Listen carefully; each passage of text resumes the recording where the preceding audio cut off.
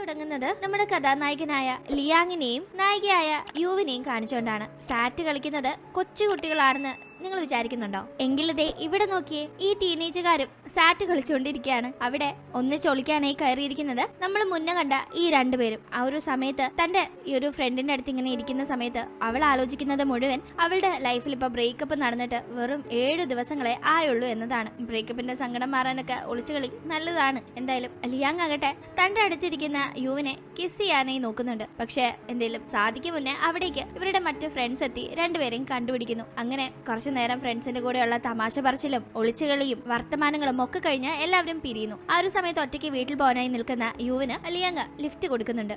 അവൻ അവളെയും കൊണ്ട് നേരെ വീട്ടിലെ ഡ്രോപ്പ് ചെയ്യാൻ പോകാതെ ഒരു പാർക്കിലേക്ക് പോകുന്നു. ആ സമയത്ത് അവളുടെ കൂടെ സംസാരിക്കുന്ന അവൻ എക്സ് ബോയ് ഫ്രണ്ടിനെ പറ്റി തിരക്കുന്നു. എനിക്ക് എന്റെ എക്സിനെ പറ്റിയൊന്നും സംസാരിക്കാനോ ഓർക്കാനോ താല്പര്യമില്ല, അതൊക്കെ കഴിഞ്ഞ ചാപ്റ്റർ ആണെന്ന് അവൾ അത് കേട്ട് പറഞ്ഞു തീരുമ്പോഴേക്കും അവൻ അവളെ പ്രപ്പോസ് ചെയ്യാണ്. അവൾ അതിന് പെട്ടെന്ന് മറുപടിയൊന്നും പറയുന്നില്ല. അവനായിട്ട് കയ്യിൽ കരുതിയ ഡ്രിങ്ക്സ് അവൾക്ക് കൊടുത്ത് ടെൻഷൻ ആവുന്ന അവളെ ഒന്ന് കൂളാക്കാൻ നോക്കുന്നുണ്ട്. അങ്ങനെ പെട്ടെന്ന് അതെല്ലാം കുടിച്ച് അവൾ തന്നെ പ്രപ്പോസ് ചെയ്ത ലിയാങ്ങിനെ കിസ് ചെയ്യുന്നു. ശേഷം രണ്ടുപേരും വന്ന് ഒന്നിച്ചാണ് അവന്റെ താമസ സ്ഥലത്തേക്ക് പോകുന്നത്. അന്ന് അവിടെ കഴിയുന്ന യു അടുത്ത ദിവസം നേരം വെളുക്കുമ്പോഴാണ് ഉണരുന്നത്. ഇവിടെ എങ്ങനെ വന്നു എന്നതൊന്നും ആദ്യം അവൾക്ക് തീരെ ഓർമ്മയുണ്ടായിരുന്നില്ല. പിന്നീട് ലിയാങ് അവളോട്, ഇന്നലെ നീ എന്റെ കൂടെ ഇങ്ങോട്ട് വന്നത്, നമ്മൾ പാർക്കിലിരുന്ന് സംസാരിച്ചു, നീ എന്നെ ജസ്റ്റ് ഒന്ന് ഞാൻ പ്രപ്പോസ് ചെയ്തപ്പോ കിസ് ചെയ്തു, അല്ലാതെ പേടിക്കാൻ മാത്രം ഒന്നും ഇല്ല എന്നൊക്കെ അവൻ ഇങ്ങനെ പറയുമ്പോ അത് കേൾക്കുന്ന അവൾക്ക് കുറച്ച് സമാധാനമാവുന്നു. കാരണം ഒന്നും തന്നെ അവൾക്ക് ഇന്നലെ ഓർമ്മയുണ്ടായിരുന്നില്ല. ഓൾറെഡി ഇവര് ഫ്രണ്ട്സ് എല്ലാം ഒത്തുകൂടിയപ്പോ ഫുഡ് അടിയും ഡ്രിങ്ക്സ് അടിയും ഒക്കെ തകൃതിയിൽ നടന്നിരുന്നു. അതിന്റെ കൂട്ടത്തിൽ പിന്നെയും ഡ്രിങ്ക്സ് അടിച്ചപ്പോ അറിയാതെ സംഭവിച്ചതാണ്. അവൾ ശരിയെന്ന് പറഞ്ഞ് റെഡിയായി വേഗം അവിടെ നിന്ന് പോകുന്നു. അവൾ ഇറങ്ങിക്കഴിഞ്ഞാണ് അവളുടെ ബ്രേസ്ലെറ്റ് അവിടെ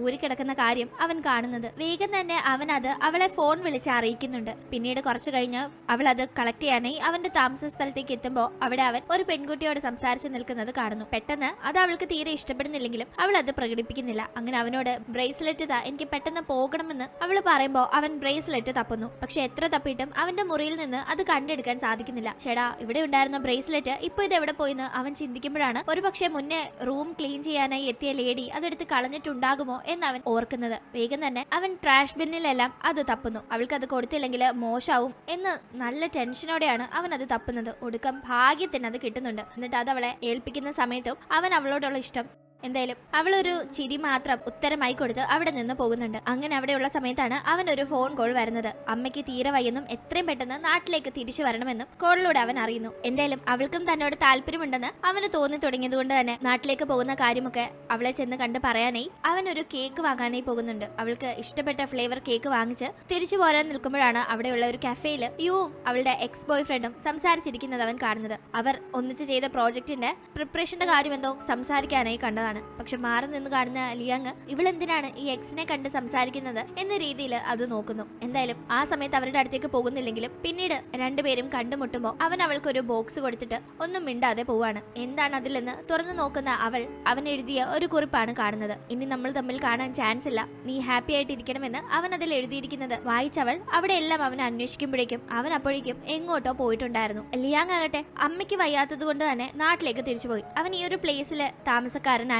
അവന്റെ നാട് മറ്റൊരിടത്താണ്. പഠന സംബന്ധമായി ഇങ്ങോട്ടേക്ക് എത്തി അവന് ഇപ്പോ മുന്നേ പറഞ്ഞതുപോലെ അമ്മയുടെ വയ്യാഴിക കാരണം ഇവിടുത്തെ താമസം അപ്പാടെ മാറ്റി പോകേണ്ടി വരുന്നു. അങ്ങനെ കുറച്ച് വർഷങ്ങൾ കടന്നു പോകുന്നു. ഇപ്പൊ തന്നെ ഗ്രാജുവേഷൻ ഒക്കെ കഴിഞ്ഞ് പിന്നീട് വീണ്ടും തുടർ പഠനത്തിന് വീട്ടിലെ ആവശ്യം പോലെ പോവാതെ തന്റെ ഇഷ്ടത്തിന് തനിക്ക് ചേരുന്ന ഒരു ജോലി തെരഞ്ഞെടുത്ത് അതുമായി മുന്നോട്ട് പോവുകയാണ് യു. കൂടാതെ അവൾ ജോലി സംബന്ധമായി താമസിക്കാനായി ഇപ്പൊ തെരഞ്ഞെടുത്തിരിക്കുന്ന സ്ഥലം ലിയാങ് മുന്നേ താമസിച്ചിരുന്ന അതേ ഇടമാണ്. എന്തുകൊണ്ടോ പെട്ടെന്ന് തന്നോട് ഒന്നും പറയാതെ പോയ അവനെ അവള് ഇന്നും വല്ലാണ്ട് മിസ് ചെയ്യുന്നുണ്ട്. ഇവരങ്ങനെ ഒരു ബോയ് ഫ്രണ്ട് ഗേൾ ഫ്രണ്ട് എന്ന രീതിയിൽ അങ്ങനെ പ്രണയിച്ച് നടന്നിട്ടില്ലെങ്കിലും അവൻ പോയത് ഇവൾക്ക് വല്ലാത്തൊരു നഷ്ടമായിരുന്നു. അതുകൊണ്ട് അവന്റെ ഓർമ്മകളുള്ള ഈ സ്ഥലത്ത് തന്നെ അവൾ ഇപ്പോൾ താമസിക്കുന്നു. അങ്ങനെ ഇരിക്കും ഒരു ദിവസം തന്റെ കോവർക്കേഴ്സിന്റെ കൂടെ ഒരു പാർട്ടിയിൽ പങ്കെടുക്കാനായി പോകുന്ന യു പാർട്ടിക്കിടയിൽ എല്ലാവരുടെയും കൂടെ ഗെയിം കളിക്കുന്നുണ്ട്. പക്ഷെ ആ ഗെയിമിൽ ഏറ്റവും കൂടുതൽ തവണ തോൽക്കുന്നത് യു ആണ്. ഓരോ തവണ തോൽക്കുമ്പോഴും ഡ്രിങ്ക്സ് അടിക്കുക എന്നതായിരുന്നു ശിക്ഷ.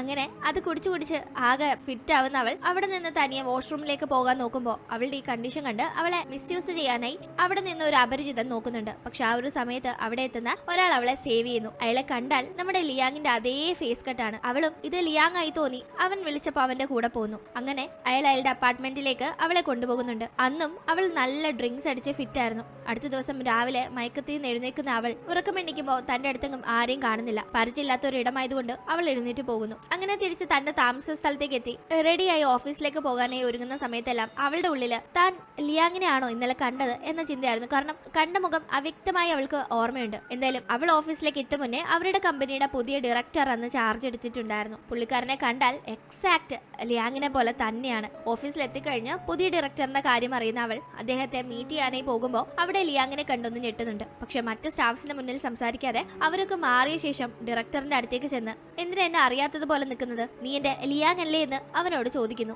എന്തേ പറയുന്നത്, നിങ്ങൾ ആരെ പറ്റിയാ പറയുന്നതെന്നൊന്നും എനിക്ക് മനസ്സിലാവുന്നില്ല. നിങ്ങൾ എന്റെ സ്റ്റാഫാണ്, ആ രീതിയിൽ മാത്രം സംസാരിക്കുക, തുടർന്ന് ഇങ്ങനെ ഉണ്ടാവരുതെന്നെല്ലാം ഡയറക്ടർ അവളോട് ദേഷ്യപ്പെടുന്നു. ഇത് ഫസ്റ്റ് ടൈം ആയതുകൊണ്ടാണ് താൻ ക്ഷമിക്കുന്നതെന്നെല്ലാം അദ്ദേഹം പറയുമ്പോൾ ഇവൾ ആകെ ഞെട്ടിപ്പോന്നു. അപ്പോ ഇത് ലിയാങ് അല്ലേന്ന് അവൾക്ക് ആകെ ഡൗട്ട് വരുന്നു. പിന്നീട് അവളുടെ ഓഫീസിലെ ജോലിയെല്ലാം കഴിഞ്ഞു പോവാതെ അവിടെ സൈഡ് മാറി നിന്നവൾ ആലോചിക്കുകയാണ്, രണ്ടുപേർക്ക് ഇതേപോലെ എക്സാക്ട് ഒരേ മുഖം വരുമോ എന്ന്. അവൾക്ക് പക്ഷെ ആ ചോദ്യത്തിന് ഒരു ഉത്തരവും കിട്ടുന്നില്ല. അവൾ അങ്ങനെ ആകെ കൺഫ്യൂസ്ഡ് ആയി ടെൻഷനായി നടന്ന് അവിടെ വീഴുമ്പോ അത് കണ്ടുവരുന്ന ഡയറക്ടറാണ് അവൾക്ക് കൈ കൊടുത്ത് സഹായിക്കുന്നത്. അവളുടെ കാൽ ഒളുക്കിയിട്ടുണ്ടായിരുന്നത് കൊണ്ട് അദ്ദേഹം തന്നെ അവളെ താമസ സ്ഥലത്തേക്ക് കൊണ്ടുപോകുന്നു. അവിടെ എത്തിക്കഴിയുമ്പോൾ സാർ എന്നെ സഹായിച്ചത് കൊണ്ട് ദയവ് ചെയ്ത് ഞാൻ ഉണ്ടാക്കുന്ന ഫുഡ് കഴിക്കാതെ പോരുത്, തിരിച്ച് സാറിന് വേണ്ടി എനിക്ക് വേറെ ട്രീറ്റ് ഒന്നും ചെയ്യാൻ ഇല്ലാന്ന് പറഞ്ഞ് അവൾ ഏറെ നിർബന്ധിക്കുന്നുണ്ട് അവളുടെ കൂടെ ഫുഡ് കഴിക്കാനായി. അങ്ങനെ ഡയറക്ടർ അതിനെ സമ്മതിക്കുന്നു. തുടർന്ന് അവൾ കുറച്ചധികം ഐറ്റംസ് ഉണ്ടാക്കുന്നുണ്ട്. അതൊക്കെ കൂടുതലും സീ ഫുഡും കൊണ്ട് ഉള്ളതാണ്. അവൾ പർപ്പസ്ഫുള്ളി ഇത് ഉണ്ടാക്കിയതാണ്. കാരണം ലിയാങ്ങിന് സീ ഫുഡ് പ്രത്യേകിച്ച് പ്രോൺസ് ഒക്കെ ഭയങ്കര അലർജിയാണ് എന്നത് അവൾക്കറിയാം. അതുകൊണ്ട് തന്നെ പ്രോൺസും കൊണ്ടുള്ള കുറച്ച് വെറൈറ്റി ഡിഷസ് ആണ് അവൾ ഉണ്ടാക്കി വെച്ചിരിക്കുന്നത്. തന്റെ മുന്നിലിരിക്കുന്ന ഈ ഡയറക്ടർ തന്റെ ലിയാങ് ആണോ അല്ലയോ എന്ന് അവൾക്കറിയണം. ആദ്യമായി അതെല്ലാം കഴിക്കുന്നുണ്ട്. പക്ഷെ അവിടെ നിന്ന് ഒരു കുഴപ്പമില്ലാതെ ഇറങ്ങുന്ന ആൾ വെളിയിൽ എത്തിക്കഴിഞ്ഞ് യു കാണുന്നില്ല എന്ന് കരുതി അതെല്ലാം ഛർദ്ദിക്കുന്നത് മാറി നിന്ന് കാണുന്ന അവൾക്ക് ഇത് ലിയാങ് കാണുന്നു. പക്ഷെ അവൻ എന്തിനാണ് ഒരു വാക്ക് പറയാതെ തന്നെ മൈൻഡ് ചെയ്യാതെ പോയതെന്നോ ഇപ്പോൾ തന്നെ മൈൻഡ് ആക്കാത്തതെന്നോ അവൾക്ക് മനസ്സിലാവുന്നില്ല. എന്തായാലും അവൻ തന്റെ ചീത്ത കാര്യങ്ങൾക്ക് വേണ്ടി ഒന്നും തന്നോട് ചെയ്യില്ല എന്ന ഒരു ഉറപ്പ് അവൾക്കുണ്ട്. അതുകൊണ്ട് തന്നെ അവൾക്ക് അവനോട് അങ്ങനെ ദേഷ്യമൊന്നും തോന്നുന്നില്ല. അങ്ങനെ ഇരിക്കുകയാണ് ബിസിനസ് ആവശ്യത്തിനായി ഒരു ട്രിപ്പ് പോകേണ്ട ടീം ഡയറക്ടർ തന്റെ പേഴ്സണൽ സ്റ്റാഫായി യുവിനെ എടുക്കുന്നത്. അവളും വളരെ എക്സൈറ്റഡ് ആവുന്നു. കാരണം വേറൊരു അപരിചിതന്റെ കൂടെ ഒന്നും അല്ല, തന്റെ ലിയാങ്ങിന്റെ കൂടെ തന്നെയാണ് പോകുന്നത് എന്ന് അവൾക്ക് മനസ്സിലായിട്ടുണ്ടല്ലോ. അങ്ങനെ ആ ട്രിപ്പിന്റെ ഇടയിൽ ഇവരുടെ സ്ഥാപനത്തിന്റെ ചില ഫോട്ടോഷൂട്ടും കാര്യങ്ങളും ഒക്കെ നടത്തേണ്ടി വരുമ്പോൾ അവിടുത്തെ മെയിൽ മോഡൽസിന് ഇവൾ കോസ്റ്റ്യൂംസിലൊക്കെ എന്തെങ്കിലും സഹായമൊക്കെ ചെയ്തു കൊടുക്കുന്നത് മാറി നിന്ന് കാണുന്ന നമ്മുടെ ഈ ഡയറക്ടർക്ക് ഇഷ്ടപ്പെടുന്നില്ല. പുള്ളി ഡയറക്ടർ തന്നെയാണോ അതോ ഇവൾ വിചാരിക്കുന്നത് പോലെ ലിയാങ് ആണോ എന്നത് ഇപ്പോഴും നമുക്ക് 100% കൺഫേം ആവാത്തത് കൊണ്ട് ഡയറക്ടർ എന്ന് തന്നെ വിളിക്കാം. അങ്ങനെ ഇരിക്കെ മുന്നത്തെ പോലെ തന്നെ ഒരു അപകടത്തിൽ അവൾ വീണ്ടും പെടുന്നു. നൈറ്റ് ഒറ്റയ്ക്ക് നടക്കുന്ന അവളെ ഒരാൾ ആക്രമിക്കാനായി എത്തുമ്പോൾ അപ്പോഴും ഈ ഡയറക്ടറാണ് അവളെ സേവ് ചെയ്യുന്നത്. ഇതേപോലെ തന്നെ അന്ന് അവൾ ഫ്രണ്ട്സിന്റെ കൂടെ പാർട്ടിക്ക് പോയപ്പോഴും അവൾ ഒരാൾ ആക്രമിക്കാൻ വന്നപ്പോൾ ഇതേ ആള് തന്നെ അവളെ സേവ് ചെയ്തിരുന്നല്ലോ. ഇന്നതേ അന്നത്തെ പോലെയല്ല, അവൾക്ക് ചില പരിക്കുകളൊക്കെ പറ്റിയിട്ടുണ്ടായിരുന്നു. അതിലൊക്കെ മരുന്ന് വെച്ച് കൊടുക്കുന്ന സമയം ഡയറക്ടർ താൻ അവൾ പറഞ്ഞതുപോലെ തന്നെ ലിയാങ് ആണെന്നത് തുറന്നു പറയുന്നു. ഓൾറെഡി ഇത് താൻ കണ്ടുപിടിച്ചിരുന്നു, അതിനാണല്ലോ അലർജി ഉണ്ടെന്ന് അറിഞ്ഞിട്ടും സീ ഫുഡ് കൊടുത്തതെന്ന് കള്ളച്ചിരിയോടുകൂടി അവൾ ഇരിക്കുന്നുണ്ട്. അവൾക്ക് പക്ഷെ അവനോട് ചോദിക്കാനുണ്ടായിരുന്നത് എന്തിനാ എന്നോട് ഒരു വാക്ക് പറയാതെ എന്നെ ഇട്ടിട്ട് പോയതെന്നായിരുന്നു. ആ സമയത്ത് വീട്ടിലെ സാഹചര്യങ്ങൾ മൂലം അങ്ങനെ പോകേണ്ടി വന്നെന്നും കൂടാതെ അങ്ങനെ താൻ പറഞ്ഞു കഴിഞ്ഞാൽ അവൾക്ക് കംപ്ലീറ്റ് ചെയ്യാനുള്ള സ്റ്റഡീസ് മറ്റും കംപ്ലീറ്റ് ചെയ്യാതെ അവൾ തന്റെ കൂടെ വന്നാലോ എന്ന് കരുതി അവളുടെ ഫ്യൂച്ചറിന് വേണ്ടിയാണ് താൻ അങ്ങനെ തീർത്ത് അങ്ങനെ അവളോട് പറയാതെ പോയതെന്ന് അവൻ പറയുന്നുണ്ട്. അത് കറക്റ്റ് ആണെന്ന് അവൾക്ക് മനസ്സിലാവുന്നു. കാരണം അവൾ ആ സമയം ഫൈനൽ പ്രോജക്റ്റ് ഒക്കെ ചെയ്യുന്ന കാര്യങ്ങളിൽ ബിസി ആയിരുന്നു. കൂടാതെ ഇവനിങ്ങനെ പോകുന്നത് അറിഞ്ഞാൽ ഒരു പക്ഷേ അവളും അതിലൊന്നും കോൺസെൻട്രേറ്റ് ചെയ്യാതെ എല്ലാം ഉഴപ്പിയേനെ. അങ്ങനെ ഇരിക്കുകയാണ് സു എന്ന ഒരു പെൺകുട്ടിയെ യു പരിചയപ്പെടുന്നത്. അത് ആരാണെന്ന് മനസ്സിലാവാതെ അവൾ ലിയാങ്ങിനോട് തിരക്കുമ്പോൾ തന്റെ എക്സ് ഗേൾ ഫ്രണ്ട് ആണെന്ന് അവൻ പറയുന്നു. അത് കേട്ട് അവൾ വളരെ അപ്സെറ്റ് ആവുന്നുണ്ട്. പക്ഷെ പിന്നീടാണ് മനസ്സിലാവുന്നത് അവൻ ജസ്റ്റ് അങ്ങനെ അവളെ തൃപ്തിപ്പെടുത്താനായി പറഞ്ഞതാണ്. മറിച്ച് അവൻ അവളോട് ഒരു താല്പര്യവുമില്ല. അവന് വളരെ വേണ്ടപ്പെട്ട ഒരു സുഹൃത്ത് ഈ അടുത്ത് മരിച്ചിരുന്നു. അവന്റെ ഒരേ ഒരു പെങ്ങളാണ് ഈ സു. ആ പെങ്ങളെ താൻ നന്നായി നോക്കണമെന്നത് തന്റെ മരണപ്പെട്ട സുഹൃത്തിന്റെ ആവശ്യമായതുകൊണ്ട് തന്നെ അവൾക്ക് തന്നോട് പ്രണയമാണെന്ന് പറഞ്ഞു നടക്കുമ്പോൾ അത്തരം ഒരു ഇഷ്ടം അവളോട് ഇല്ലെങ്കിലും അത് തള്ളിക്കളയാൻ സാധിക്കാതെ ഒരു വല്ലാത്ത അവസ്ഥയിലാണ് ലിയാങ് ഉള്ളത്. അത് മനസ്സിലാക്കുന്ന യു അവന്റെ കൂടെ ചേർന്ന് നിന്ന് സുവിനെ നല്ല രീതിയിൽ നോക്കാനായി അവനെ സഹായിക്കുന്നു. സുവിന് വയ്യാഴികയൊക്കെ വരുമ്പോൾ യുവും ലിയാങ്ങിന്റെ കൂടെ മുൻകൈ എടുത്തു പോയി അവൾക്ക് വേണ്ട കാര്യങ്ങളെല്ലാം ചെയ്തു കൊടുക്കുന്നു. ഇതൊന്നും തന്നെ അവൾക്ക് സഹിക്കുന്നില്ലെങ്കിലും ലിയാങ് തന്നെയല്ല ഇവളെയാണ് ഇഷ്ടപ്പെടുന്നത് എന്നത് സു മനസ്സിലാക്കുന്നു. അങ്ങനെ ഇരിക്കുകയാണ് ഒരു ദിവസം അപ്രതീക്ഷിതമായി നല്ല മഴയുള്ള ഒരു സമയത്ത് ഓഫീസിൽ നിന്ന് ഇറങ്ങാൻ കഴിയാതെ നിൽക്കുന്ന ഒരാളിനെ യു കാണുന്നത്. അവളുടെ കയ്യിൽ ഒരു കുട ഉള്ളതുകൊണ്ടും അവൾക്ക് ലിയാങ് വീട് വരെ ലിഫ്റ്റ് കൊടുക്കുമെന്നതുകൊണ്ടും അവൾ ആ കുട അയാൾക്ക് കൊടുത്തിട്ട് നിങ്ങൾക്ക് അത്യാവശ്യത്തിൽ പോകണമെങ്കിൽ ഇത് എടുത്തോളൂ എന്ന് പറയുന്നു. അയാളും അവളോട് വളരെ നന്ദി പറഞ്ഞ് അവിടെ നിന്ന് ആ കുടയുമായി പോകുന്നുണ്ട്. അടുത്ത ദിവസം ഈ കുട ഓഫീസിൽ ഏൽപ്പിച്ചേക്കാൻ വന്നേക്കാം എന്ന് പറഞ്ഞാണ് പോകുന്നത്. പക്ഷെ അടുത്ത ദിവസമാകട്ടെ അവൾക്ക് ഒരു പ്രധാനപ്പെട്ട പ്രസന്റേഷൻ മറ്റൊരു സ്ഥാപനത്തിന്റെ ഡയറക്ടറിന്റെ മുന്നിൽ നടത്താനായിട്ടുണ്ട്. ആ ഒരു സ്ഥാപനവും ഇവരുടെ സ്ഥാപനവും കൂടി ഒന്നിച്ചൊരു പ്രോജക്റ്റ് ചെയ്യാനായിട്ടുള്ള ഒരു പ്രപ്പോസലിനെ പറ്റിയുള്ള പ്രസന്റേഷൻ ആണ്. അതിനുവേണ്ടി അവിടുത്തെ ഡയറക്ടറായ ജിൻ ഇവിടേക്ക് എത്തുന്നുണ്ട്. അവൾ അതിനുവേണ്ടി എല്ലാ തയ്യാറെടുപ്പുകളോടും കൂടി പ്രസന്റേഷൻ ചെയ്യാൻ പോകുമ്പോഴാണ് കഴിഞ്ഞ ദിവസം അവൾ മഴയത്ത് സഹായിച്ച ആ അപരിചിതനാണ് ഈ ഡയറക്ടർ ജിൻ എന്ന കാര്യം അവൾ മനസ്സിലാക്കുന്നത്. സത്യത്തിൽ അവൾ ആകെ സർപ്രൈസ്ഡ് ആയി പോകുന്നു. അയാളും ആദ്യം തന്നെ കൊട തന്നതിന് താങ്ക്സ് എന്ന് പറഞ്ഞ് ആ കൊട അവൾക്ക് കൈയോടെ തിരിച്ചു കൊടുക്കുന്നു. അതിനുശേഷം പ്രസന്റേഷൻ എല്ലാം നല്ല രീതിയിൽ ചെയ്യുന്നതും അയാൾ അവളെ മുഴുവൻ ശ്രദ്ധിച്ചിരിക്കുന്നുണ്ടായിരുന്നു. പക്ഷെ ആ പ്രസന്റേഷനേക്കാൾ ഏറെ അവളെയാണ് അയാൾ ശ്രദ്ധിച്ചതെന്ന് നമുക്ക് മനസ്സിലാക്കാം. അങ്ങനെ ഇവിടുത്തെ പ്രസന്റേഷൻ കഴിഞ്ഞ യു ലിയാങ്ങിനെ കാണാനായി പോകുമ്പോൾ അവൻ അവളുടെ കൂടെ അല്പനേരം റൊമാൻറ്റിക് ആയി സംസാരിച്ചിരിക്കുന്നുണ്ട്. അതുകൊണ്ടാണ് അങ്ങോട്ടേക്ക് ലിയാങ്ങിനോട് സംസാരിക്കാനായി ജിൻ എത്തുന്നത്. ഉടനെ തന്നെ യു അവിടെ നിന്ന് പോകുന്നു. അപ്പോ ഇവര് തമ്മിൽ റിലേഷനിലാണെന്ന് ജിന്നിന് മനസ്സിലാവുന്നു. ജിന്നിന് ഓൾറെഡി ലിയാങ്ങിനെ പരിചയമുണ്ട്. ഇവർ തമ്മിൽ ഇപ്പോ ഒന്നിച്ചൊരു പ്രോജക്റ്റ് ചെയ്യുന്ന രീതിയിൽ കാര്യങ്ങൾ വന്നെങ്കിലും ജിൻ തന്റെ വലിയൊരു ബിസിനസ് എതിരാളിയായിട്ടാണ് ലിയാങ്ങിനെ കാണുന്നത്. എങ്ങനെയും ഈ ഒരു സ്ഥാപനം തന്റെ സ്ഥാപനത്തിന്റെ കീഴിൽ കൊണ്ടുവരണം, ഇത് അക്വയർ ചെയ്യണം എന്നതാണ് അവന്റെ ലക്ഷ്യം തന്നെ. കമ്പനി അക്വയർ ചെയ്യാനായിട്ടാണ് ജിന്നിന്റെ ശ്രമം എന്ന കാര്യം ലിയാങ് യുവിനോട് പറയുന്നുണ്ട്. പക്ഷെ അതിനെപ്പറ്റി നീ ബോധേഡാവണ്ട, വേണ്ട കാര്യങ്ങളെല്ലാം ചെയ്ത് കമ്പനിയെ സംരക്ഷിക്കാൻ ഞാനുണ്ടെന്ന് അവൻ അവൾക്ക് ഉറപ്പ് കൊടുക്കുന്നു. ഇതേസമയം ലിയാങ്ങിന്റെ കയ്യിൽ നിന്ന് കമ്പനി തട്ടിയെടുക്കുന്നത് പോലെ തന്നെ ലിയാങ്ങിന്റെ ഗേൾ ഫ്രണ്ട് ആയ യുവിനെയും തനിക്ക് സ്വന്തമാക്കണമെന്ന ഒരു അതിമോഹവും ജിന്നിനുണ്ട്. അവൻ അതിനുവേണ്ടി പഠിച്ച പണി 18 നോക്കുന്നുണ്ട്. അവളെ പ്രപ്പോസ് വരെ ചെയ്യുന്നുണ്ട്. പക്ഷെ അവൾ വളരെ ധൈര്യത്തോടെ അവനെ റിജക്ട് ചെയ്ത് തനിക്ക് ഓൾറെഡി ഒരു ബോയ് ഫ്രണ്ട് ഉണ്ടെന്ന് അവനോട് തീർത്തു പറയുന്നു. അങ്ങനെ ലിയാങ്ങിനെതിരെയുള്ള അവന്റെ ആദ്യത്തെ തോൽവി യു അവന്റെ പ്രപ്പോസല് റിജക്ട് ചെയ്തെടുത്ത് നിന്ന് തന്നെയാണ്. അതിനുശേഷമാകട്ടെ കമ്പനി അക്വയർ ചെയ്യാനായി ജിൻ നടത്തുന്ന സകല ശ്രമങ്ങളും വെള്ളത്തിലാക്കിക്കൊണ്ട് ലിയാങ് ജിന്നിന്റെ കമ്പനിയും കൂടി ഏറ്റെടുക്കാൻ പ്രാപ്തിയുള്ളതാണ് തന്റേതെന്നും തന്റെ കമ്പനി ഒരിക്കലും അക്വയർ ചെയ്യേണ്ട ഒരു അവസ്ഥയിലല്ല ഉള്ളതെന്നും പ്രൂവ് ചെയ്ത് കൊടുക്കുന്നു. തുടർന്ന് അത്തരമൊരു അക്വസിഷൻ ലിയാങ്ങിന്റെ കമ്പനി നടത്തുമ്പോൾ ജിന്നിന് അവൻ നേടിയെടുക്കാൻ നോക്കിയത് കിട്ടിയതുമില്ല, കയ്യിലേത് നഷ്ടപ്പെട്ട അവസ്ഥയുമായിരുന്നു. അങ്ങനെ ലിയാങ്ങിന്റെ മുന്നിൽ വീണ്ടും അവന് തോൽക്കേണ്ടി വന്നത്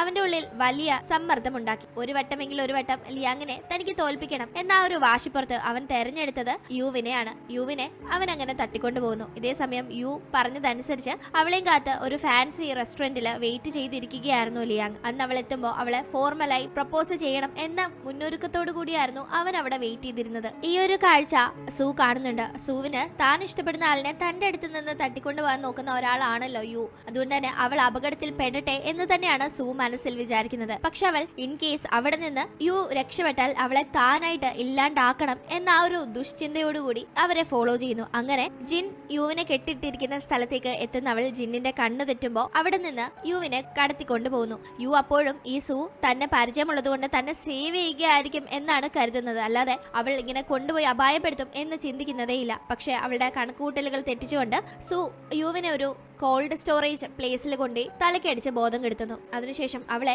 ആ ഒരു മുറിയിലിട്ട് പൂട്ടി തണുപ്പത്ത് അവൾ മരവിച്ച് ചാകട്ടെ എന്ന ഒരു രീതിയിലേക്കാണ് സൂ ചിന്തിക്കുന്നത്. അപ്പോഴേക്കും തന്റെ കസ്റ്റഡിയിൽ നിന്ന് രക്ഷപ്പെട്ടു പോയ യുവിനെ അന്വേഷിച്ച് അതേ സ്ഥലത്തേക്ക് ജിൻ എത്തിയിട്ടുണ്ടായിരുന്നു. അവൻ ഈ ഒരു കാഴ്ച കാണുകയും യുവിനെ രക്ഷിക്കാനായി ശ്രമിക്കുകയും ചെയ്യുന്നു. അത് കണ്ട് കലി വരുന്ന സൂ രണ്ടുപേരെയും ആ ഒരു റൂമിൽ ഇട്ട് പൂട്ടുന്നു. അങ്ങനെ അകത്ത് പെട്ടുപോകുന്ന ഇവർക്ക് മറ്റു വഴിയില്ലാതെ ലിയാങ്ങിനെ ഫോൺ ചെയ്ത് കാര്യങ്ങൾ അറിയിക്കേണ്ടി വരുന്നു. ആദ്യം റേഞ്ച് ഒന്നും നന്നായി കിട്ടുന്നില്ല. ഒടുക്കം ജിന്നിന്റെ തോളത്ത് കയറി നിന്ന് യു റേഞ്ച് പിടിച്ചാണ് ലിയാങ്ങിനെ വിളിക്കുന്നത്. അങ്ങനെ ലിയാങ് അവിടെ എത്തി ഇവരെ സേവ് ചെയ്യുന്നു. അവൻ ഇതിനെല്ലാം പിന്നിൽ സൂ ആണെന്ന് മനസ്സിലാക്കി അവളെ ചെന്ന് കണ്ട് തന്നെ അവൾ കുറച്ചു നാള് ബോയ് ഫ്രണ്ട് ആയി കൊണ്ടു നടന്നിട്ടുണ്ടായിരുന്നു. അത് അവളുടെ ചേട്ടന്റെ ഇൻഫ്ലുവൻസ് കൊണ്ട് മാത്രമാണ്. അവന് വയ്യാത്തത് കൊണ്ട് അവൻ പറഞ്ഞതുകൊണ്ട് മാത്രമാണ് ഒരു മനസാക്ഷിയില്ലാത്ത ഇഷ്ടമുള്ളത് നേടാനായി എന്തും ചെയ്തു കൂട്ടാൻ ധൈര്യമുള്ള നിന്നെ ഞാൻ സഹിച്ചത്. പക്ഷെ ഇനി അത് നടക്കില്ല. നീ ചെയ്ത തെറ്റുകൾക്ക് നീ ശിക്ഷിക്കപ്പെട്ടേ പറ്റൂ. എന്തെങ്കിലും സ്വന്തമാക്കാനായിട്ട് ആരെങ്കിലും കൊല്ലാൻ നോക്കുന്നത് ഒരു മനസാക്ഷിയുള്ള ആൾക്ക് പറ്റിയ കാര്യങ്ങളല്ല എന്ന് അവളെ കുറ്റപ്പെടുത്തുന്ന ലിയാങ് അവളെ പോലീസിൽ ഏൽപ്പിക്കുന്നു. പിന്നീട് ഹോസ്പിറ്റലിൽ ഇപ്പോ ചികിത്സയിൽ കഴിയുന്ന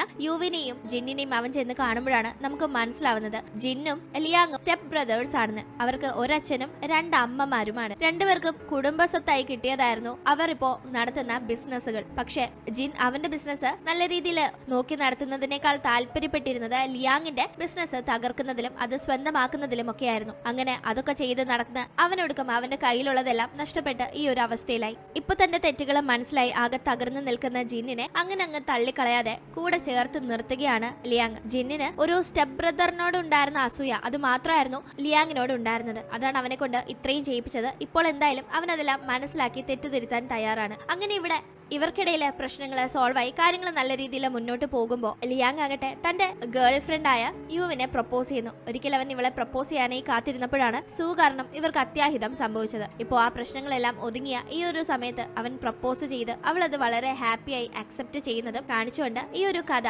ഇവിടെ അവസാനിക്കുന്നു. ഈ ഒരു വളരെ ക്യൂട്ടായ ഷോർട്ടായ ലവ് സ്റ്റോറി നിങ്ങൾക്ക് ഇഷ്ടപ്പെട്ട് കാണുമെന്ന് പ്രതീക്ഷിക്കുന്നു. ഇഷ്ടപ്പെട്ടെങ്കിൽ മറക്കാതെ ലൈക്ക് ചെയ്ത് നിങ്ങളുടെ കൂട്ടുകാരിലേക്ക് ഷെയർ ചെയ്തും സപ്പോർട്ട് ചെയ്യുക. വീണ്ടും കാണും വരെ ബൈ.